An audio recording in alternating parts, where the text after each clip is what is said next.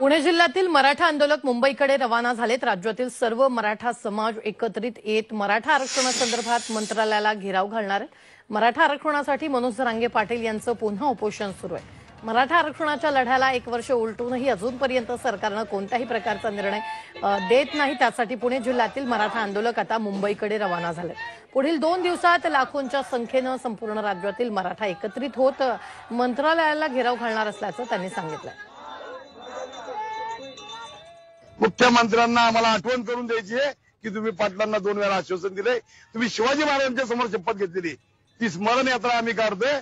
आणि आमचं एकच म्हणणं आहे की आता आमच्या मराठा समाज बांधवांनी आणि भगिनींनी सर्वांनी मुंबईमध्ये यावं, ताकद दाखवावी। आम्ही तर काय परत रिटर्न फिरणार नाही जोपर्यंत आमचा माणूस त्या माणसाचं उपोषण सुटत नाही, त्याचे प्रश्न सुटत नाही, तोपर्यंत आमचा मराठा बांधव इथनं निघालेला परत मुंबईकडनं पुण्याच्या दिशेने किंवा दुसऱ्या कुठल्या दिशेने जाणार नाही।